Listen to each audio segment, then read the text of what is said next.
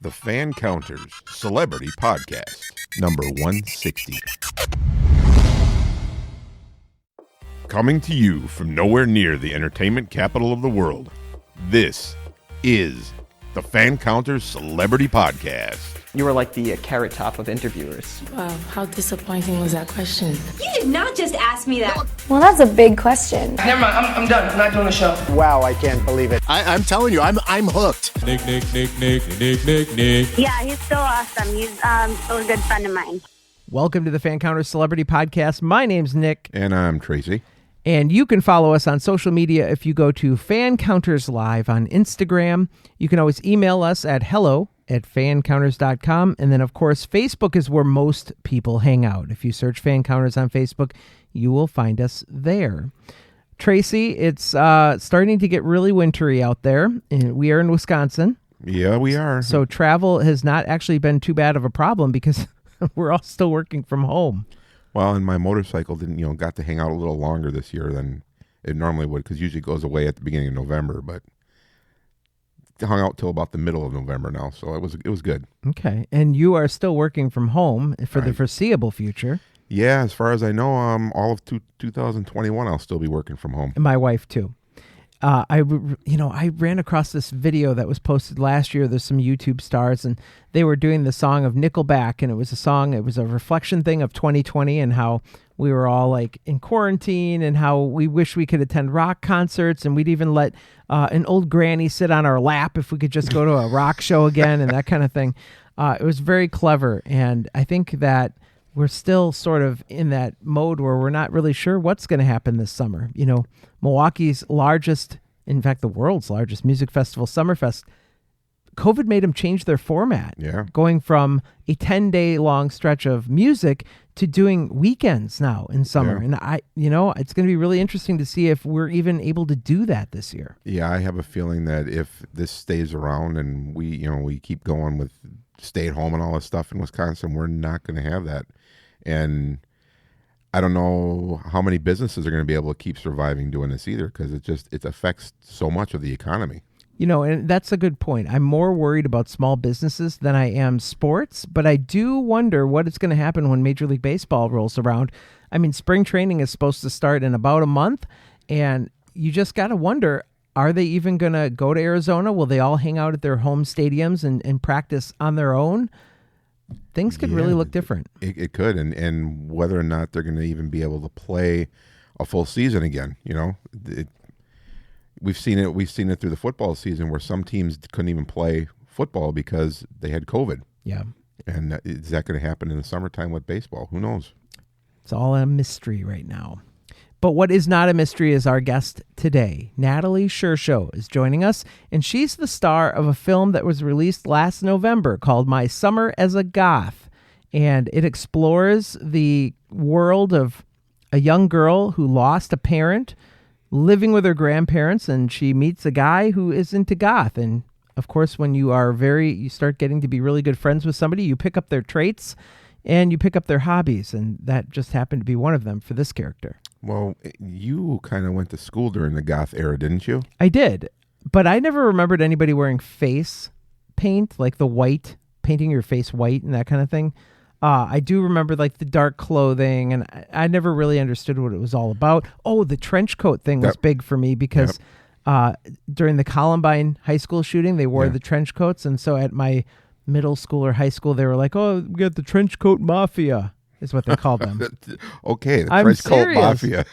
But those were the goth people. Did they have the dark eyeliner stuff around their eyes too and stuff? I think. I don't remember that. Like, I don't remember that in school, but maybe they did when they hung out on weekends. I was not in that group. I remember seeing some of the kids, especially the girls, they would wear that like dark lipstick, and you'd be like, oh, that's a goth kid. Right. Well, here we go. We're going to talk to Natalie about this film as well as some other projects that she's got coming up. So again, we're featuring another up-and-coming actress who has done some major projects and really looking forward to a big future with her. So let's get things going with Natalie Shershow on the Fancounters Celebrity Podcast. Natalie Shershow, welcome to Fancounters. Thanks so much for being here. Thank you so much for having me. I'm excited to talk to you guys. You're starring in a recently released movie called My Summer as a Goth, and it was released everywhere on November 11th. And I know that you got this movie in kind of an unusual way because it came from an initial table read, like a testing of the script instead of a normal audition. Is that right? Right, yeah. So the director and writer, Tara and Brandon, they came to my acting class, which was mostly teenagers over in Portland, Oregon. And they basically just wanted to hear the script aloud. They didn't really know what to do quite yet with the project, and they weren't even really there to like finalize their casting decisions. They just really wanted to hear, you know, the words come to life. And yeah, that's really how I ended up speaking aloud the role of Joey for the first time. And did you think that you would walk away with that role or maybe a different role in the film? You know, the very first time that I read the script, especially the very first line, which has been changed, you know, over and over again in the editing room, as it usually does. But the initial first line that was written in the script spoke to me so much. I was a young woman at that point, about the same age as the character. And I was experiencing a lot of the same things as her. And so immediately I felt a connection to Joey. And it was just sort of one of those roles that I just kind of knew in my heart that I was right for. Huh. Now, this movie is a time period piece. It's set in the 1990s, which was my era of going to high school, unlike my co-host here. So thanks, buddy. What kind of research did you do personally to kind of get a sense of what the 90s was like to provide that realism that the movie accomplishes? Well, it actually is set in present day, but it definitely draws a lot from the aesthetics and a lot of the, you know, sort of ideals of the 90s, especially with the Goth movement. It was an interesting thing because we did set it in present day, but the Goth movement was so prevalent in the 90s and it was really gaining popularity back then. Yep, I remember. And so it sort of felt like reviving it in a way and sort of bringing it back, you know? So was that whole thing, you know, going, meaning that I'm old? Is that what that was getting at? Since I didn't experience the Goth period? Yes, exactly. Well, you had a daughter. That's what that I was really trying to say. Exactly. I have a daughter her age, so it's all good. All right. So when the movie begins, your character didn't start out as being Goth, correct? Correct. Yeah, she starts out and doesn't even really know what Goth is, and is very quickly accustomed to that culture. So was there a moment that made Joey go from being a normal teenager to adopting a new persona for herself? I would say that she really gets swept up into it. And before she really knows it, she's completely engulfed in this culture and in the Goth scene, really just because of who she's surrounding herself with. If that opportunity hadn't presented itself, I don't really know that she would have gone down that path. But you know, she's really looking to experiment and find herself. So that really kind of inspired her. Did you have any personal life experiences to use as a crutch to understand Joey's transition to a new way of life for herself? Yes, I would say that when I was a teenager, I really liked to try on different hats and try on different sort of identities. I really just like to experiment with how I was, you know, presenting myself, especially with clothing and hairstyles. I would put in like different colored hair colors on different days with little clip-in extensions when I was in high school. Not quite goth, but I definitely like to deviate from the norm a little bit. That's kind of funny because it brings back memories of when I was younger and I used to pretend to be somebody else when I was in school. Who would you pretend to be? This is going to age me. Okay, you ready? Yeah. Rick Springfield. Do you know who Rick Springfield is? I don't know him. He the only song I even know he did was Jesse's Girl. Do you know that song? Oh, sure. Okay. Yep, that's him. There we go. Okay, you learn something new every day. Exactly. You mentioned that you would often experiment with different styles and that sort of thing. This was totally new because I've seen the trailer to this movie and your face is painted white and, the clothes are very black and everything. Is it hard, like when you're in the middle of a project, some people are very method. They want to stay in that world like as long as they can to keep each day consistent. Was it hard to kind of go home and unwind and be Natalie again versus what you're creating on set each day? It wasn't. I do like to get, I don't go quite method. I think it's important for me, especially when I'm taking on a heavier character. This wasn't quite the case, but it's important to me that there's the actor and there's the character, right? So I sometimes used to get like too swept up into a character and I would sort of lose myself. So I do like having a division. But that being said, it was really interesting to like be trying on this different persona. And I definitely found myself before and after production really gravitating towards more dark elements in both like clothing and in, just sort of like the way that I look at the world. It was like because the Goths are not about like, it's all about being depressed, and that's totally a misconception. It's all about seeing the beauty in the darker things, and that's definitely something I took away from that. That's what I was going to say and kind of ask as far as the way that this movie went. It wasn't like morbid or anything, right? I mean, this wasn't about people, like you just mentioned, that you kind of defied the depression thing, but this wasn't about, I always equate the goth movement and the wearing black and everything with death, painting yourself white and that kind of thing. But that's not what this movie was entailing, right? Right. And, I can't speak personally because I don't identify as a goth and I wouldn't want to try to, explain the goth movement and get something wrong. But from the research that I did and going into it, learning about the community, it's really a celebration of things that are just sort of overlooked in sort of, I guess, what you would call mainstream, society, culture, media. It's really just about looking at things that are maybe darker and maybe have a little bit more of a taboo around it and just sort of normalizing it. So were you ever hesitant to take on a new look? I wasn't. I really like, as I said, I like just trying on different aesthetics, different looks, and just seeing what I can pull into my own style. So when you were doing the film, did you ever have any problems with any of the costumes that they wanted to give you? Well, what I will say is that there were quite a few elements to the costumes, and that was something that I sort of had to get used to. There was a lot of layering, there was a lot of accessories, and of course wigs and platform shoes and boots, and it was really fun, but also sometimes, we'd be in a pinch to get something done and shot, and I'd have to be like struggling with my wardrobe and all these different pieces to get on to match the continuity, and it was a little bit of a headache, but it was also really fun. Did you know any of the other young people that you were acting with that also were playing these goth roles? Did you know them before the production?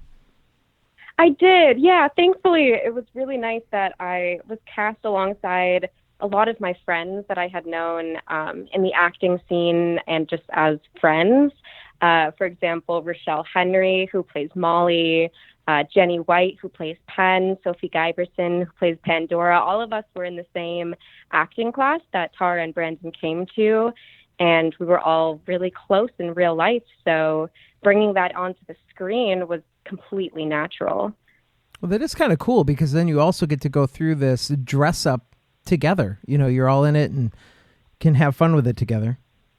Right. Yeah, that was super fun. And seeing, it was always really funny that Jenny, who plays Penn, she is completely different looking in real life, of course. She's blonde and has blue eyes, and she was like completely made over as Penn. And some days when she wasn't needed for one of the scenes that we were shooting, she would come in and be an extra in her regular everyday look. And because she just looked completely different from her character, you would never know. Now, this was not your first major project. You've done other films and that kind of thing before, a lot of shorts in your career. How did this differ from something that maybe was, a faster film? This had to have taken a lot more time. So just as an actress, how do you get used to diving into a feature versus some of the shorter things that you had done? It was a completely different experience than something I had ever done. Like you said, I mostly worked on short films before, which is a very quick turnaround from the point that you audition and get cast and the point that it's over. It can be a matter of weeks or even a matter of months. But with this feature, it was a much longer process. And I believe I initially was cast at the age of 15. And now I'm 20 and the film is coming out. And this is just the part of the production that I've been involved with. There's years before, it was ever even cast or any of these bigger things that happened. So it was really interesting to get used to something like that. But mostly it was just the most exciting thing in the world for an actor, for them to tell you, okay, you're going to be on set every day. You're going to be filming all these different scenes, and you get to work on all this material. It was like heaven for me. So My Summer as a Goth was filmed, around 2018 and is just being released now because that's just how long post-production took? Does that sound right? Yeah, so we actually we filmed over the course of 2 years. So we actually shot in 2016 and 2017. Wow. And yeah, so since then it's just been, the village getting together to get this all out into the public. Independent films. We had to do a lot of crowdfunding and a lot of different events to sort of get the word out. And everything that really went into this film was all because of our fearless, amazing leader, Tara Johnson-Mettinger. She really headed this whole project. What's really crazy is I've made feature films before, and the fact that you guys took so long to make sure every detail was right, that you didn't rush anything to get it out, because there's nothing more exciting than having a project, having gotten the filming done. You want people to see it, but at the same time, there's something to taking every moment of time that you can to make sure the continuity is there. Absolutely. Right? Yeah. Looking over your career, there's something that stood out for me because I was a huge fan of it.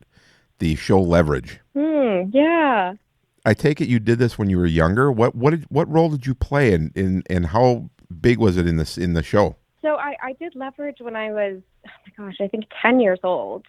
It was absolutely insane. This is my very first professional project, and quite frankly, it's probably the biggest budget I've ever been a part of, the biggest scale of production I've ever been a part of, and I just sort of stumbled on the set when I was 10 years old. And I played a part that, looking back on it, would probably not be very accepted these days, and I can completely see why. I was an Iraqi immigrant girl, and I'm Mexican-American. I'm not Iraqi. So, 2020 probably wouldn't accept this, but I played a young girl who was lost at the airport, and she didn't speak the language, and the Christian Kane character, I can't quite remember his character's name, but he had to sort of help me navigate the world. It was just this sort of side feel-good character, and it was like the most amazing experience, really, for a 10-year-old to get to go through. That sounds awesome. So, Natalie, I have twin 8-year-old daughters, and this is an age where they've started to branch off of watching animated shows, and they've started to experience different series on Netflix, obviously ones that are for kids. And there's a ton of shows that explore the life of a child following the death of a parent. And now, here, mark my words, because now that I bring this up, you and Tracy will probably both start noticing how many shows actually have a dead parent involved. I cannot believe how many they find. And my kids are now like, oh, it's another dead parent show. But I bring this up because not only does My Summer of a Goth have a child dealing with the loss of a parent, you're rumored to be involved in another film that also features a dead parent called Sophie Jones. So You are correct. Yes. kind of wondering if you can tell us a little bit about what you've got coming up with that film. Yeah, absolutely. Sophie Jones is such a special project. It really is. It was written by a friend of mine, Jessica Barr, who really did experience this. It's based on something very real when she lost her mother. And I can't personally speak to that experience, but as an actor who did research on this, it's what I can tell you is that it's really a transformative thing to go through at that age where you're already going through a lot of transformation, and it really forces you to think about who you are and, without this person, who you are going to be. And so for My Summer is Goth and Sophie Jones alike, it's all about trying on different things that make you feel normal after something so traumatic happens. Where is the process of this film now? Has it been shot already? Sophie Jones, you mean? Yeah. Yes. So it actually, it's on its film festival circuit right now. I actually just the other day was lucky enough to see the final product, and it is just so moving. I'm so thankful that I was just a little part of this incredible project, and you can definitely find it soon. I'm not quite sure where, but I'm sure there'll be an announcement. You can follow their Instagram at Sophie Jones Movie. So I got a quick question. This is Natalie. You're not the only person who said this to us, that you finally saw the final product. Is that normal for actors who are in movies not to see the final product until it comes out? Don't they get a pre-screening of it? I can tell you with My Summer is a Goth, we did get a little screening. Oh my gosh, I want to say in 2018, possibly 2019. No, it was 2018. So right after we filmed and we wrapped up production, the post-production, the editing process went very quickly, actually. And within a few months, we got together at Tara's house. It was all of the core cast members, and we just sort of like popped some popcorn and snuggled up on the couch and got to watch it. And that was so amazing. But I have to say, I've watched it a couple times since with like the screenings that we've done, and I love the movie, but it's weird to see my face so much. And I think that's why a lot of actors choose not to watch their own projects. I was kind of wondering that when you watch your projects around like your family or your parents, is it kind of one of those where like watching home movies, you don't really want to relive that, especially in front of somebody else? Or are you proud of the work where you're like, yeah, I put my all into this and I'm going to watch it with you and I don't feel bad, I don't feel embarrassed? Well, yeah, it's a little bit of both. I mean, I'm so proud of the film, and it's so cool to watch how it all came together. But there are certain things where I'm like, oh gosh, that night we were all so tired and cranky. Like, oh, I don't even want to watch that scene. We're just really like looking at myself for like, what is it, 90 minutes? It's just kind of a little too much, Not sure I really need to see all that. So if you had a dream project, because a couple of these, they're kind of heavy. What's your dream role? Like, where would you like to see your next project go? I obviously have a lot of dream roles. Something I think about, definitely. My real dream role would probably revolve around certain directors.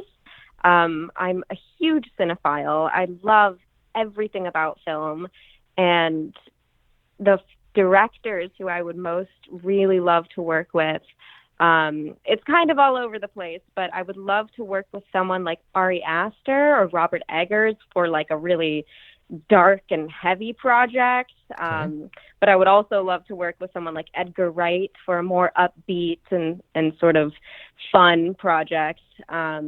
Or of course like a Wes Anderson or something, for something really stylized that I could sink my teeth into. Very cool. Do you have anything coming up? I know, obviously the virus has gotten everything in turmoil in the entertainment world, but do you have projects on the books? Are you reading scripts? Are you auditioning? What's the life of an actor like right now? Yeah, right. It's a little bit of a different landscape right now, but there are definitely still auditions. There's still projects that are in development. For me personally right now, I have a web series that I'm working on called Never Have I Ever, and it's available on YouTube. We have our first episode, which did really well, and I'm super proud of the final product of, which is available to watch. And then we have what we called Never Have I Ever 1.5.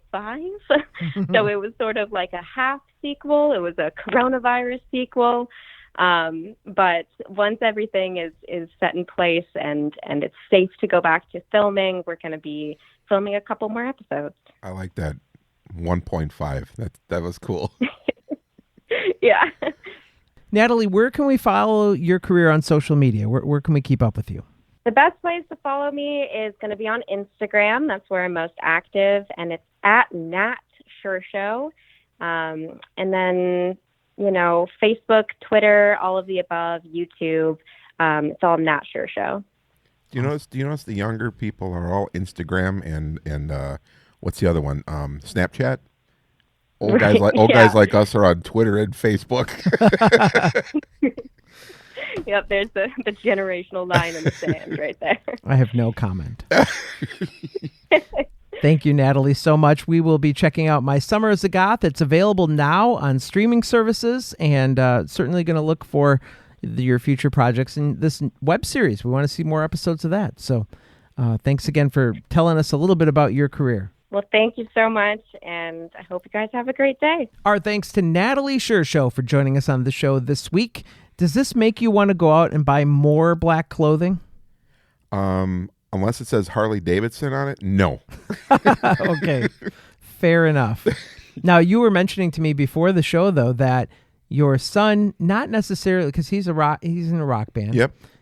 He puts on makeup sometimes? He would do the eyeliner around his eyes when he was younger.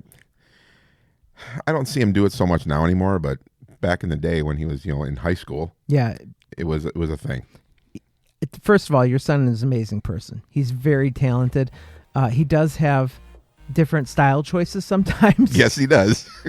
But being in a rock band, you have to, because you have to be something people want to watch and look at while you're playing amazing music. Exactly. And I really should feature him on a show sometime, even just for a little pop-in segment, because he does something, and I'm really impressed with your son about this. He does music where he comes up with it on the fly. Yes, he does. And they'll do a whole show of songs that they're making up as they go. Yeah, he had a band that was playing before COVID hit called Honey on the Biscuit, and they would, not any song was the same. They would call out a chord progression, and they would say, let's start out with this type of thing, and they'd turn a whole song in it. No lyrics, just all instrumental. That's pretty amazing. And it was always new every time. Tyler, I love you, man. He works for me on and off when I have projects, and so I thought he deserved a shout out on this show because you mentioned his eyeliner. He's probably going to go, Dad, why'd you do that? we didn't mention his last name. So. Right. Oh, but we mentioned the band name. Go check it out. Honey on a Biscuit. You can follow us on social media. Instagram at Fancounters Live. Facebook, we are Fancounters. And then if you want to join the small Un Poco group, is that how you say it in Spanish? Un Poco. I'm not sure. I don't speak Paquito, Spanish. whatever. Small group, Sharpie Nation.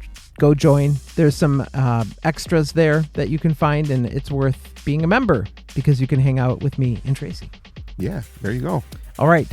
Next week, we've got another celebrity guest, so come back. We release new episodes every Friday. And until next Friday, have a great week. So say bye-bye. Oh, bye-bye.